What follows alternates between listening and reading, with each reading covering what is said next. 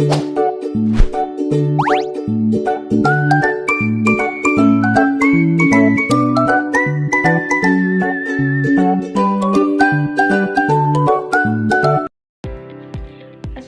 warahmatullahi wabarakatuh. Sebelumnya, perkenalkan, nama saya Desvita Amalia Marani dari Fakultas Ekonomi dan Bisnis Program Studi Manajemen.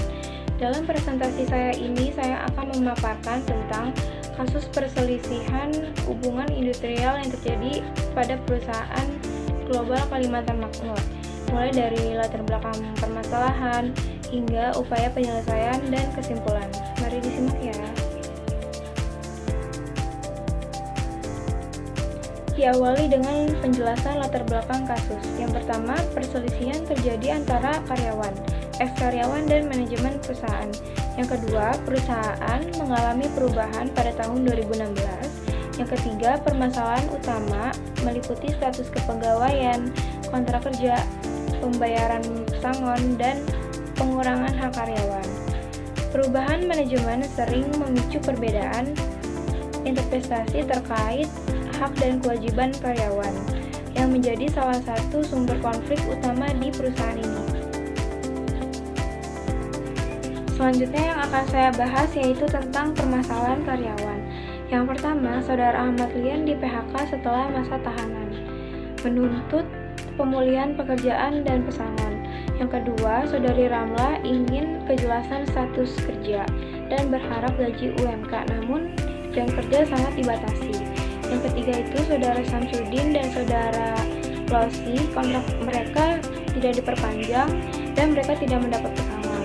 Yang terakhir itu Saudara Cangkok masih buruh lepas dan berharap diangkat menjadi karyawan tetap. Permasalahan di atas mencakup ketidakpastian status, hak pesangon, dan perlindungan ketenagakerjaan. Lalu tanggapan manajemen terkait kasus ini yaitu yang pertama, takeover perusahaan telah dilaporkan ke instansi terkait. Yang kedua, kontrak yang berakhir tidak diperpanjang karena kebijakan dan kebutuhan perusahaan. Yang ketiga, kelebihan jumlah karyawan menyebabkan pengurangan jam kerja. Yang keempat, status kontrak PKWT dinyatakan tidak berhak atas pesangon menurut Undang-Undang Ketenagakerjaan. Yang kelima, manajemen menekankan seluruh kebijakan diambil sesuai prosedur dan aturan hukum. Selanjutnya yaitu upaya penyelesaian untuk kasus ini, yaitu yang pertama, Dinas Tenaga Kerja Kabupaten Sanggau memfasilitasi 2 mediasi pada Juni 2020 dan Maret 2021. Yang kedua, mediasi tidak mencapai kesepakatan, terjadi deadlock. Yang ketiga, mediator mengeluarkan anjuran resmi yang harus ditindaklanjuti kedua belah pihak, paling lambat 10 hari kerja. Proses mediasi merupakan langkah awal dalam penyelesaian perselisihan sesuai undang-undang.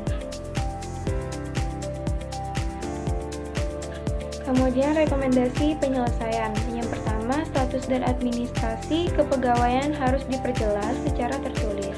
Yang kedua, penuhi hak-hak karyawan sesuai aturan ketenagakerjaan. Yang ketiga, mediasi lanjutan dengan mediator independen. Libatkan serikat pekerja jika ada.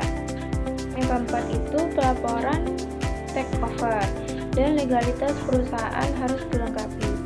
Yang kelima itu administrasi dan dokumentasi karyawan perlu dirapikan. Dan yang terakhir itu bila tidak ada solusi, ajukan ke pengadilan hak industrial.